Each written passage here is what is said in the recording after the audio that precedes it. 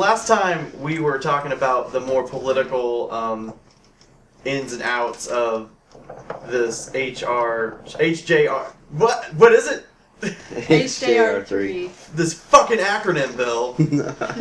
This time we're going to be going a little bit more into the social implications, which we kind of touched on those, but it gets a little bit more intense. The first part of it was basically the process, where it is in legislation, the legal status behind it, and this is more of like how people feel about it, the opinions, and what it says about where we are in terms of progression and acceptance and equality.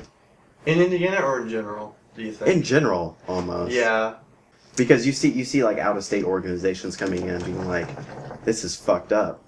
So people care about it that are outside of Indiana. Definitely. So both of you were at this this rally, right? What was the rally? Freedom, Indiana. Freedom, Indiana. Like, one of the questions I have about this, did you ever see or talk to anybody that was on the opposition of this? That was on the opposition that was like, no, this shouldn't be. That this bill should be passed and there should be a more permanent ban on the same-sex marriage. Right. While I was at the rally, they literally all stayed on the opposite side of the State House and watched everyone else. Or they stayed on another floor and watched us.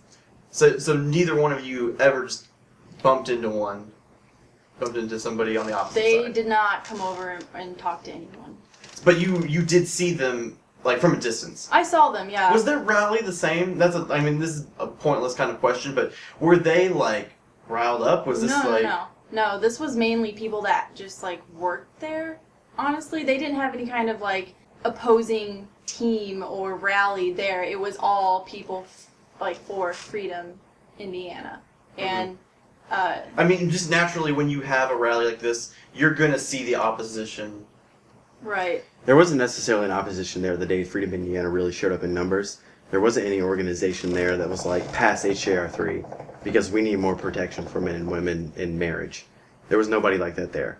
But other days, there were people that came in to meet with representatives that had buttons on their shirt that was like, pass HJR3.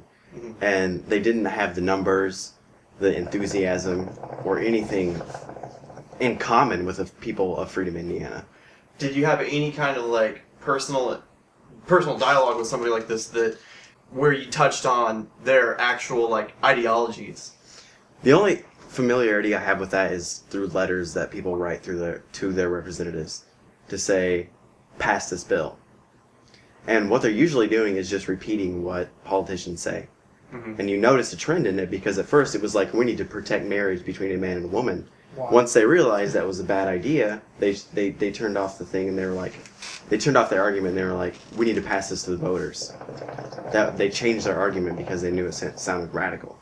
Then it just became, we need to vote or we need to have a chance to vote on this. They reflected. It kind of goes, the ideology kind of kicks back to that whole conservative amalgamation of just groupthink that happens, as opposed to self-aware of the situation, like thinking for yourself. It's they like, reflect. We go with what our group says. Yeah. Even though we believe it, we don't know why, and we haven't actually thought about it. That's where I say like the enthusiasm was not near as potent, I guess, for lack of a better term. Freedom Indiana, they were standing out there. Everyone was dressed the same color, signs, chanting, being really loud. Right. And they're really organized. Like, when I walked in, there were people standing there to greet me with buttons and, like, stickers and signs. It was very welcoming. Yeah, it was. And you could, like, sign up and, like, you'd sign in. And they just give you all this stuff and, like, tell you how happy they were that you were there with them. And there was just, like, there was people that were working for Freedom Indiana campaigning. And they were pretty much just organizing the whole thing. They did a really good job of it, too. They did.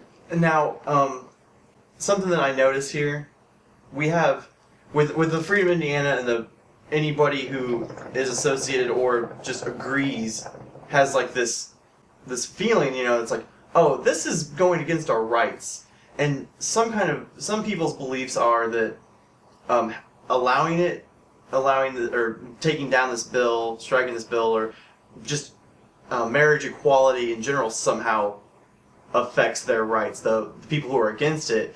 And I would, it sounds like that's not really the case, because these people for Freedom Indiana and anyone affiliated who comes out and is rallying against it, they feel like their rights are being offended.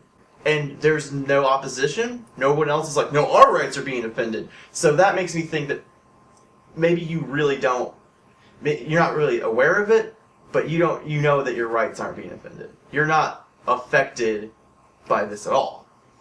It's kind of one of the arguments that were being made too. Is like, do you think that two people being able to marry makes your love with your companion less legitimate? Like, what rationale is there to solidify a law like that? There's not one. I don't think there is one.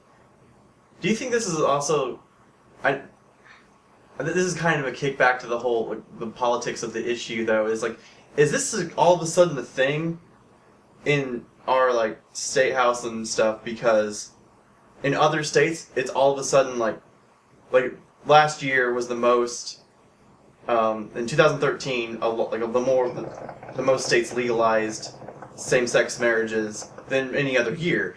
And do you think this is just, like, a hotbed issue they're jumping on just because it's a voting year? I think so. That's a really good point. Because it's a hotbed issue. And I mean, I have to feel that some people are adamantly against this and know that this is an issue that people, the more press it gets, the more people know about it, and it's like, if they are actually super against it, they're going to be like super against it more now, and they're like, that's another reason why they're pushing it. Yeah, for sure. And it could backfire on these people as well. The people that are pushing this bill through, the Republicans, they could lose seats in the House next session because, like, Freedom Indiana can get people out to vote and be like, you know, those people that go out to vote against HJR3, if it goes to the ballot, which it will go to the ballot, but they're going to vote Democratic. We haven't mentioned this yet. For those of you that don't live in the state or don't know, it's gone through, but they took out the second sentence. I don't know if we made that clear in the last episode. Yeah, the law passed, the House of Representatives, they took out the second sentence. The next stage is it goes to the Senate. The Senate can put the second sentence back in the bill, and it most likely would pass the Senate. If it does pass the Senate with the second sentence back in, it'll come back to the House. The House votes on it again. So the catch there is those Republicans that voted against it and spoke out against the bill, they only spoke out against the second sentence. Okay? Mm-hmm. So if it comes back with the second sentence, they're in a fucking trap. You know, if they either vote against their party or they be solidified in it, which I don't know how many people are actually solidified in what they say over there because it all seems like games. But if in the Senate, if they don't put the second sentence back in, they leave it how we sent it to them. We sent the bill to them, like the House. It stays with the one sentence, then it comes back to the House again, and it's going to pass because it passed in the first place without the second sentence. Then the governor signs it and it's law. But it doesn't go on the ballot until 2016 now. They wanted it on there this year. But since we delayed it, then it doesn't come on until 2016. So wait, that's where it is now. It won't be on the ballot until 2016? Yeah. Okay.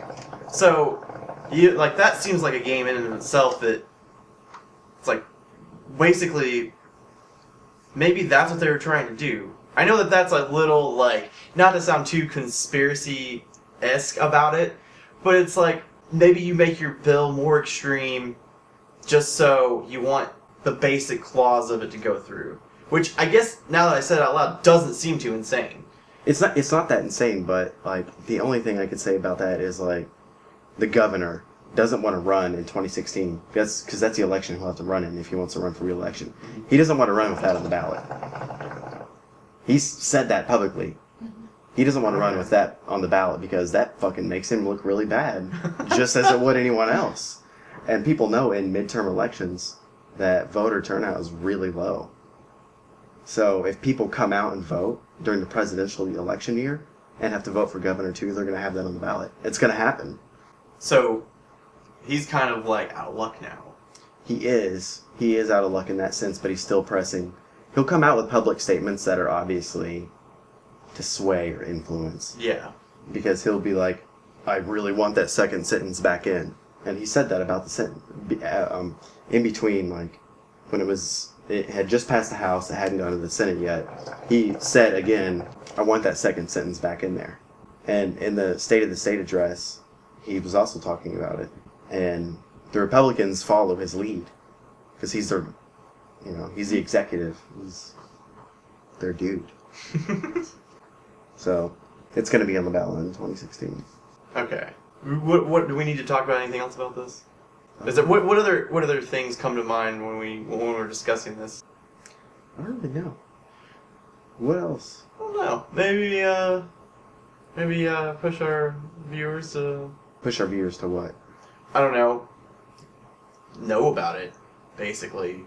Be We more can- politically aware. Yeah. Know Like, what you're voting for. If you're in state, contact your state senator and your state representative and tell them to vote no. If you're out of state, spam the fuck out of them anyways. They can't tell if you're in state or out of state, so just email them.